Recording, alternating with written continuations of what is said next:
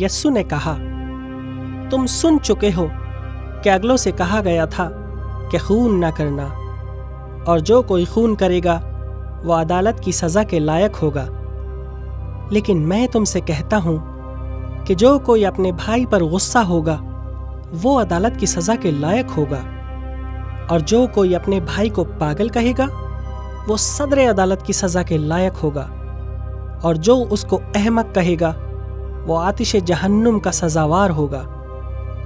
پس اگر تو قربان گاہ پر اپنی نظر گزرانتا ہو اور وہاں تجھے یاد آئے کہ میرے بھائی کو مجھ سے کچھ شکایت ہے، تو وہیں قربان گاہ کے آگے اپنی نظر چھوڑ دے اور جا کر پہلے اپنے بھائی سے ملاپ کر، تب آ کر اپنی نظر گزران۔ جب تک تو اپنے مدعی کے ساتھ راہ میں ہے اس سے جلد صلح کر لے،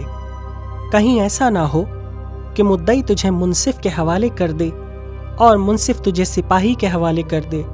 اور تو قید خانے میں ڈال دیا جائے۔ میں تجھ سے سچ کہتا ہوں